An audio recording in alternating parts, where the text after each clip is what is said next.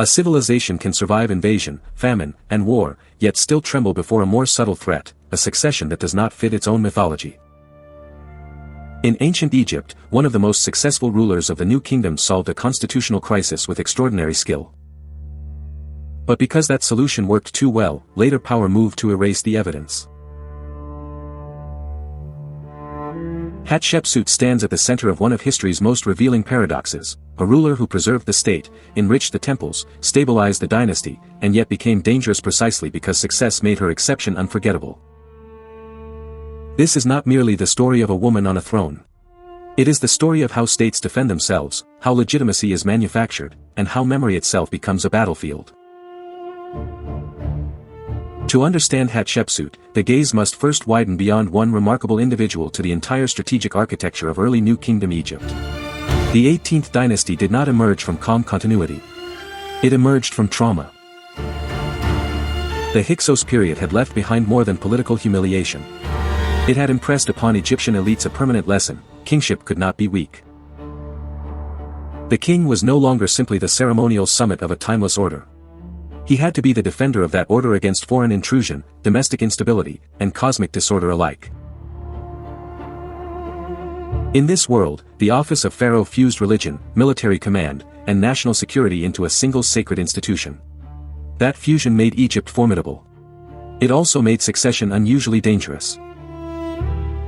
The early 18th dynasty was a high-performing imperial system. Campaigns into Nubia reinforced control over vital southern territories and resources. Egyptian influence reached into Syria-Palestine, creating buffers, dependencies, and channels of tribute. Wealth flowed home. Temples expanded. Great estates multiplied. The cult of Ammonius, above all, rose with astonishing force, becoming not merely a spiritual center but a political and economic powerhouse embedded within the machinery of the state. This prosperity created confidence. But confidence often conceals structural fragility. The monarchy, the priesthood, the army, and the bureaucracy were now deeply interlocked. Each benefited from stability. Each spoke the language of cosmic order. But each also possessed the ability to shape succession, endorse a narrative, and elevate one interpretation of legitimacy over another. Such systems look immovable when a mature king sits securely on the throne. They become acutely unstable when a ruler dies and leaves behind ambiguity. That ambiguity arrived with the death of Thutmose II. He left a young heir, Thutmose III. In dynastic terms, the line had not vanished. But in practical political terms, Egypt now faced a familiar ancient problem sharpened by imperial stakes. A child could inherit the crown.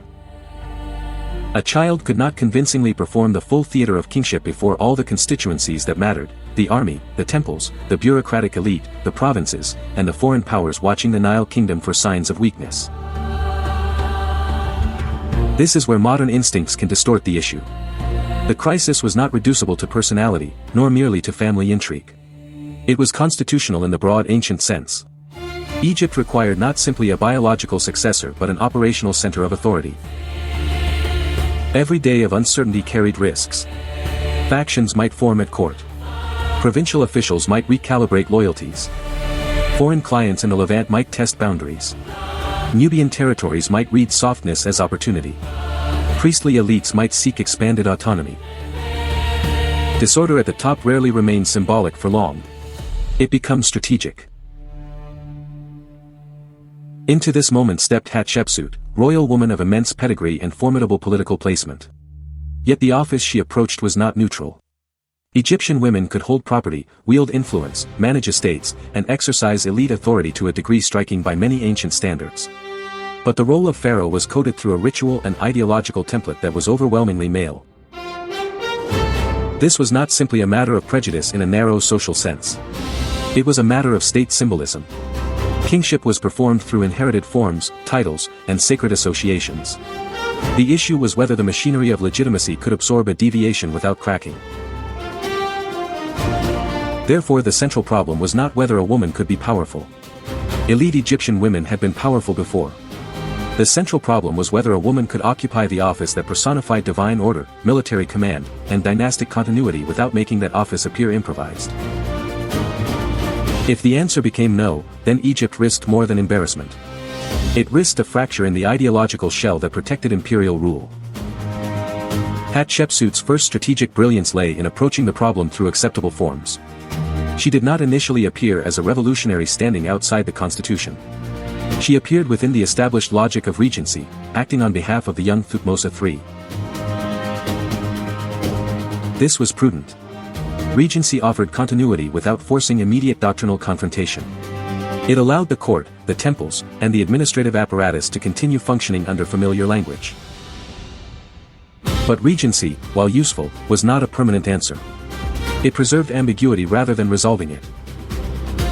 Ambiguity can be politically useful for a short time because each faction can project its hopes into it. But ambiguity also invites long-term instability because no one knows where final authority truly rests.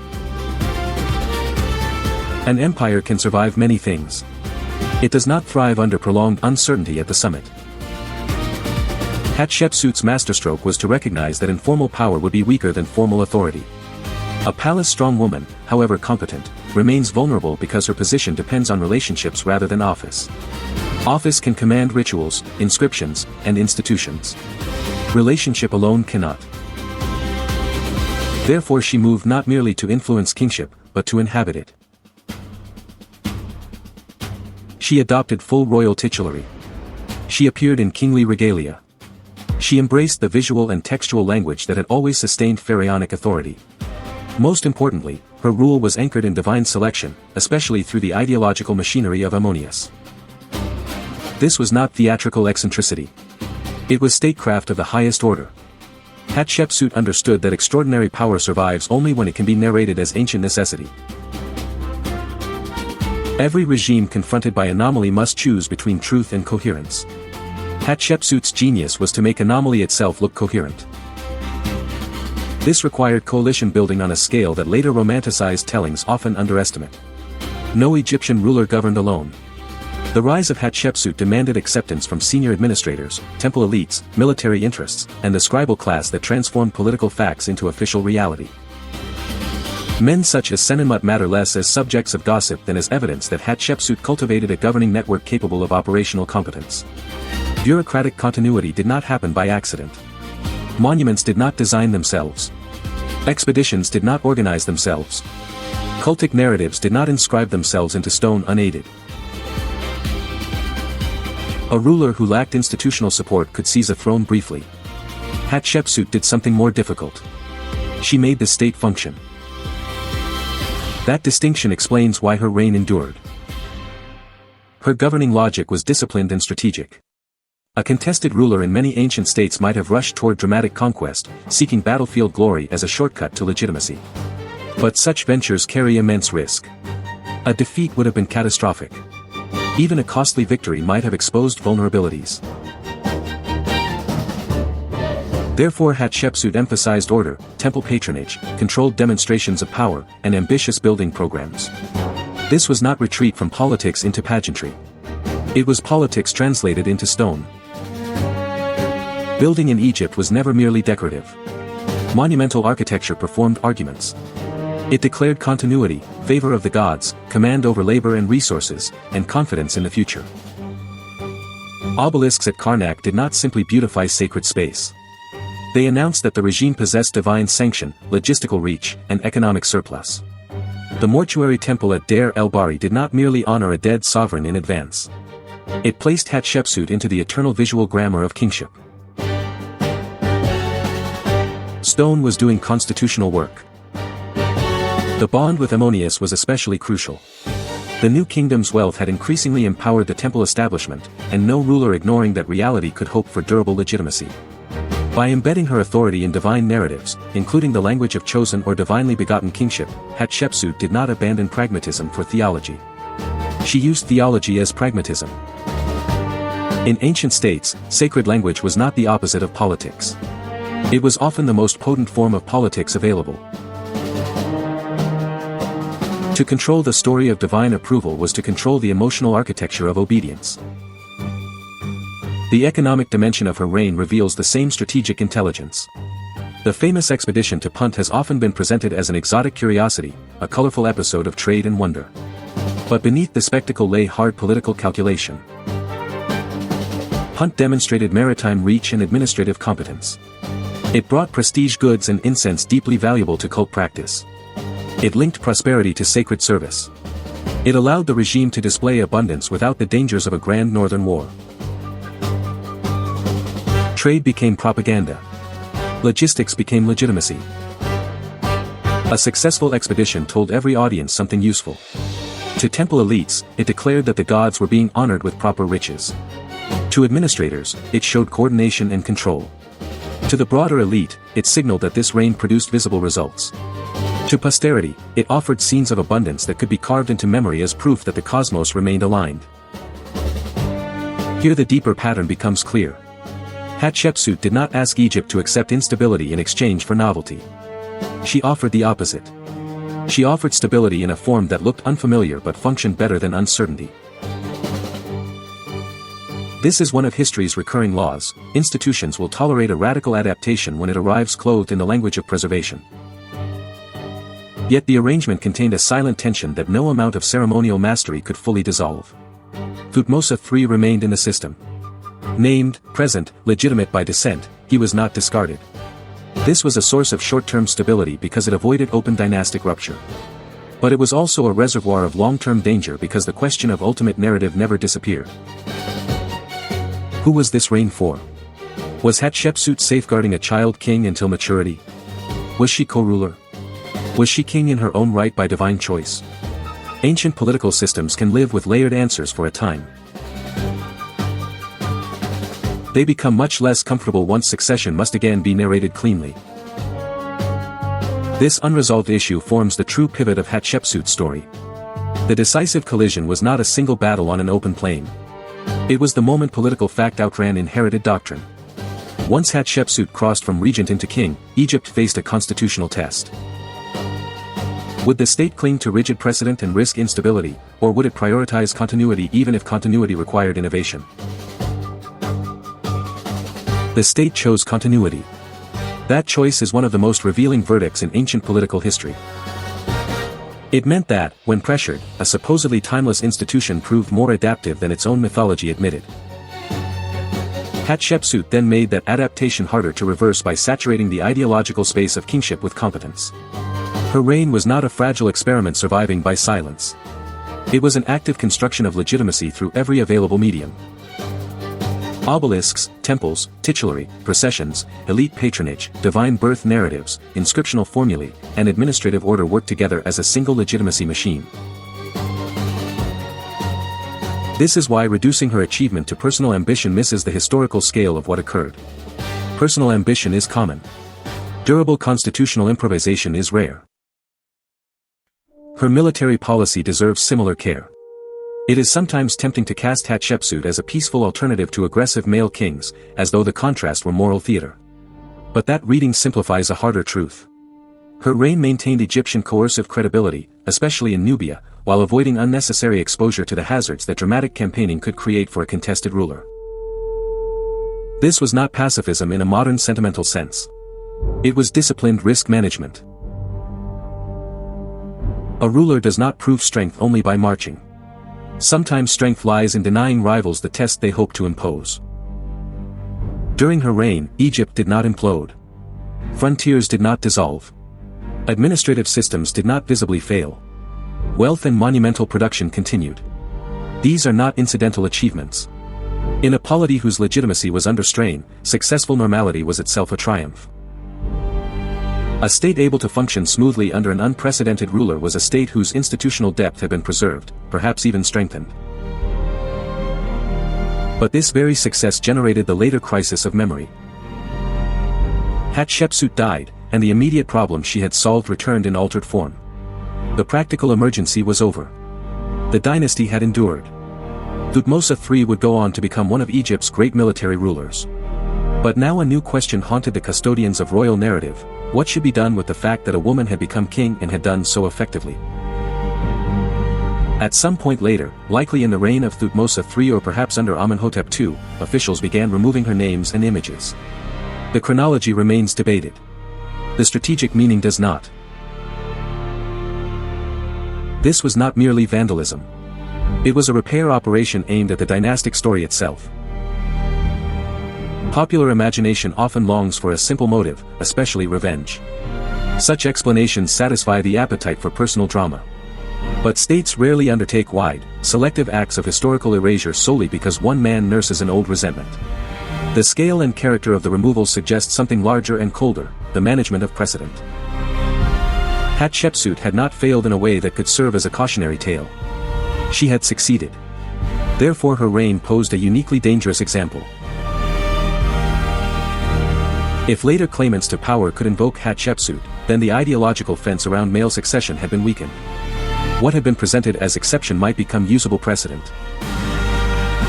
To preserve the appearance of seamless male kingship, the state needed not simply to move on from her. It needed to curtail her visibility within official memory. This is the true shockwave of Hatshepsut's life. Failure often disappears naturally. Success that embarrasses doctrine must be actively buried. Her monuments were not attacked because they were trivial. They were attacked because they remained persuasive. The campaign against her memory reveals a brutal principle of politics: regimes do not only govern the living. They curate the dead. King lists, temple walls, statues, names, genealogies, and inscriptions are not neutral recollections. They are assets. They can stabilize succession, narrow acceptable futures, and reassure the present that its own story has always been inevitable. Hatshepsut won the struggle to govern, but lost the first struggle to be remembered. Yet even that defeat was incomplete. Erasure is never perfect. The archive resists. Stone survives in fragments. Absence itself becomes evidence. Later generations, piecing together names chiseled away and images recut, recover the outline of what official memory had tried to suppress. Here the historian encounters one of civilization's oldest deceptions, the pretense that what is publicly remembered is what truly happened. More often, public memory is what power judged safe to remember. The consequences of Hatshepsut's reign therefore must be measured on two levels. In material and strategic terms, Egypt did not collapse beneath her rule. Quite the opposite. The state remained strong enough that Thutmose III later expanded Egyptian power dramatically. That suggests an uncomfortable but inescapable conclusion. Her reign preserved, and perhaps consolidated, the very system later rulers would claim as the fruit of unbroken orthodoxy. In narrative terms, however, her existence had to be reduced, obscured, or reframed because acknowledging the full truth would expose how flexible the supposedly rigid system had actually been. Institutions often survive through improvisation. But once danger passes, they rewrite survival as continuity. This is the psychological lesson at the heart of the story. Human communities cherish tradition, but in moments of real peril they often depend on adaptation. The adaptation, however, creates anxiety because it reveals that the old forms were not self-sufficient. Therefore the community accepts innovation when necessary, then punishes the memory of innovation afterward. In this way, the institution preserves both its life and its myth. Hatshepsut's career is a masterclass in this mechanism. Competence did not automatically generate legitimacy. She had to build legitimacy through theology, symbolism, bureaucracy, economy, and architectural declaration. But legitimacy, once achieved, did not guarantee remembrance. Her effectiveness actually endangered remembrance because it proved too much. It proved that a woman could not only occupy the throne under exceptional conditions, but do so without bringing the state into ruin. Societies are often governed by a painful tension between what worked and what can be publicly admitted to have worked. That tension belongs not only to ancient Egypt. Modern states, too, edit archives, sanitize constitutional improvisations, elevate some founders while dimming others, and weaponize memory to narrow the horizon of acceptable futures. Governments facing emergency powers later describe them as orderly legality. Parties hide internal ruptures behind narratives of unity. Institutions celebrate continuity while quietly surviving through exceptions, workarounds, and extraordinary measures. Hatshepsut's story is ancient in costume, but modern in method. The same species that builds monuments also builds omissions. The same political mind that solves crisis also fears the precedent created by the solution. This is why her reign deserves attention not as a curiosity of gender alone, but as a case study in legitimacy itself. What makes rule acceptable? Sacred language? Administrative competence. Military credibility. Dynastic descent. Elite coalition. Public spectacle. In truth, stable power usually rests on all of them at once. But when one pillar weakens, another must compensate. Hatshepsut understood this with rare precision. She did not merely seize power. She redistributed the burden of legitimacy across every instrument the state possessed. In doing so, she preserved Egypt at a moment when an underage heir could have invited corrosive ambiguity. Yet because she solved that problem in an unprecedented way, the dynasty later had reason to tidy the record. The verdict, therefore, is severe and paradoxical. Hatshepsut was not a deviation that nearly destroyed Egypt.